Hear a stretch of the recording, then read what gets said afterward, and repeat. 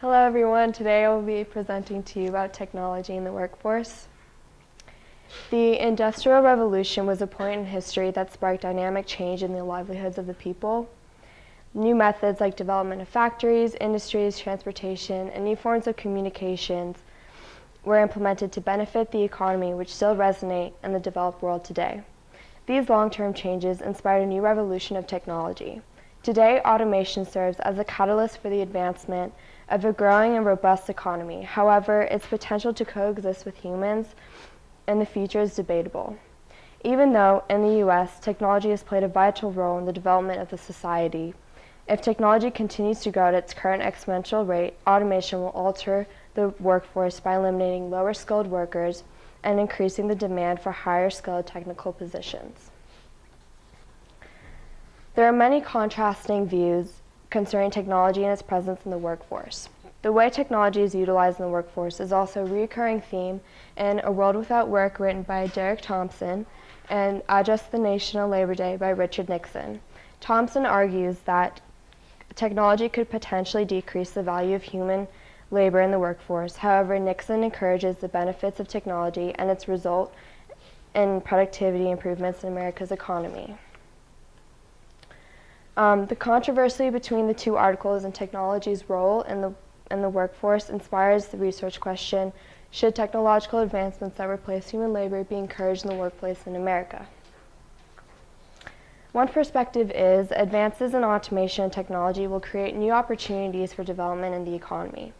Since the U.S. is a worldwide competitor and technology results in a successful economy, the U.S. will not hesitate to use technological advancements to improve their competitive position. From an economic point of view, the Executive Office of the President recognizes automation as a positive replacement for manual labor, as it will result in productivity improvements. Productivity increase is achieved when companies invest in machines, which will reduce the number of work hours needed per unit of output. These developments has allowed the U.S. companies to reduce their prices, compete in their markets, make more profits, and continue to invest in their companies. Furthermore, as the productivity rates accelerate due to computerization, more supply and products will be available for the citizens to consume, thus contributing to the overall growth of the economy. This perspective is specifically related to workers in the workforce. So although computerization will replace low-skilled labor in manufacturing to increase the productivity rate, automation will also potentially recreate new jobs. Katie Allen, an economics reporter from The Guardian, argues that technology has improved the access to more information and created new forms of communication, which has fundamentally transformed most knowledge-based industries. The increase in these new methods will expand industries and provide more job opportunities, as the need for more people to work in the workforce is higher. An example of this is the establishment of the internet, later on transformed and helped create more jobs. So overall, new value-adding jobs will support Americans to re-educate themselves into new industries that are flourishing because of technological advancement. This graph illustrates an oversupply of low-skilled workers and a shortage of medium-skilled workers, illustrating the point that the labor force needs to re-educate themselves to higher-skilled jobs as technology continues to advance.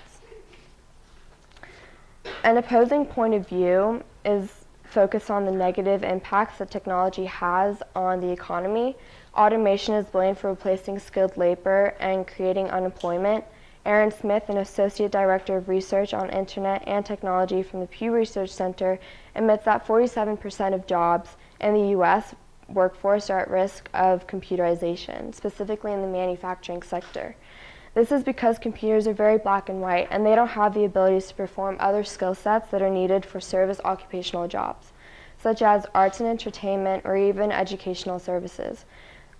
However, because computers have the ability to replicate lower skilled-based jobs, unemployment rates will increase in the manufacturing sector.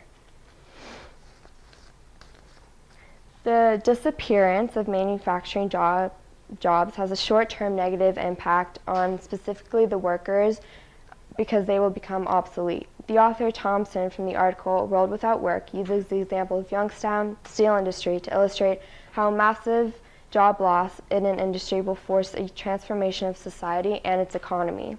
job unemployment impacted the society as low-skilled workers were desperate to relocate into new sectors of the economy.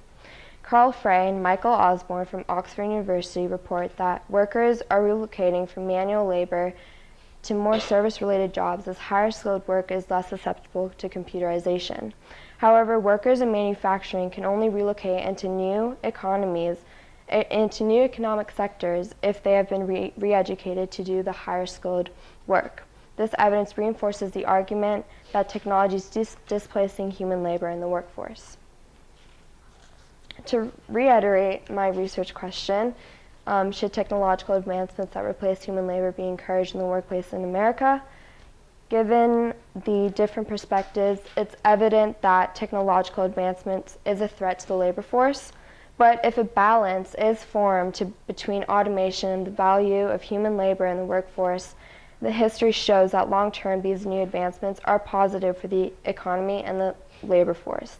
In the long term, technological advancements forces the worker and the economy to work hand in hand to transform themselves to create higher value jobs, become re-educated, and form new industries, helping positive development for the economy and the people in the society. This graph illustrates the massive improvements in productivity, while this shows that as population increases to grow, employment rates aren't impacted, meaning that employment rates remain the same. So this further represents that a balance has been achieved and it is a realistic approach for the future. Thank you. Okay,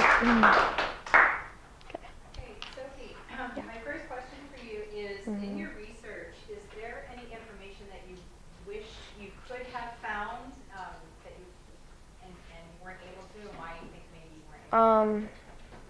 Yeah, definitely. I think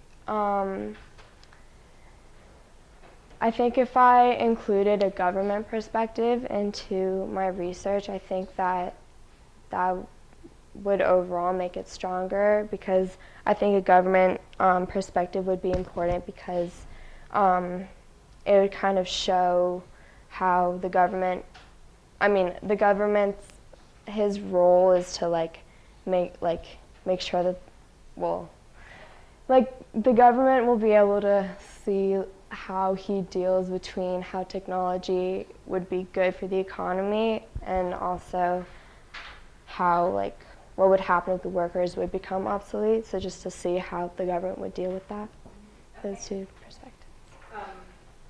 The next question is probably related to that. As you were doing your research, right, you were just trying to answer your question, what other kinds of questions bubbled up for you as you did your research that you weren't able to answer? I think how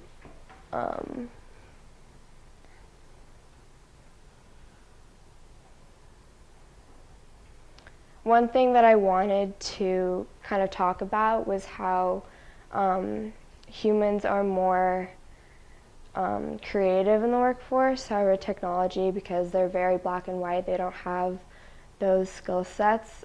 But I didn't include that into my overall research because I felt like it almost would be leading me to a whole different direction. So, yeah. Yeah. Yeah. Cool to answer, but yeah. Okay, great.